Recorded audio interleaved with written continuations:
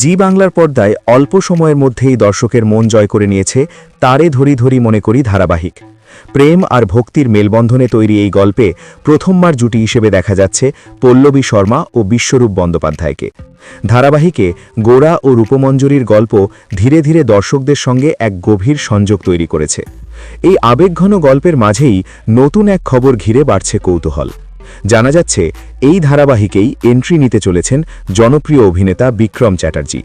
দীর্ঘদিন পর ছোট পর্দায় তার প্রত্যাবর্তন নিয়ে ইতিমধ্যেই আলোচনা শুরু হয়েছে দর্শক মহলে। গৌরা ও রূপমঞ্জরির গল্পে নতুন চরিত্রের সংযোজন হলে গল্প কোন দিকে মোড় নেবে তা নিয়েই এখন মূল আগ্রহ। বিক্রম চ্যাটার্জির মতো পরিচিত মুখ এই ধারাবাহিকে যুক্ত হলে কাহিনীর গতি ও আবহে নতুন মাত্রা যোগ হবে বলেই মনে করছেন দর্শকরা। অনেকদিন ধরেই ছোট পর্দায় নিয়মিত দেখা যায়নি বিক্রমকে, তাই তার ফিরে আসার খবরে স্বাভাবিকভাবেই বাড়ছে প্রত্যাশা।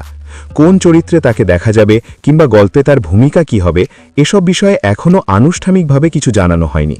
সব মিলিয়ে বলা যায় তারে ধরি ধরি মনে করি ধারাবাহিকের গল্পে নতুন অধ্যায়ে যোগ হতে চলেছে। বিক্রম চ্যাটার্জির এন্ট্রি গল্পকে কতটা নতুন রং দেবে সেটাই এখন দেখার।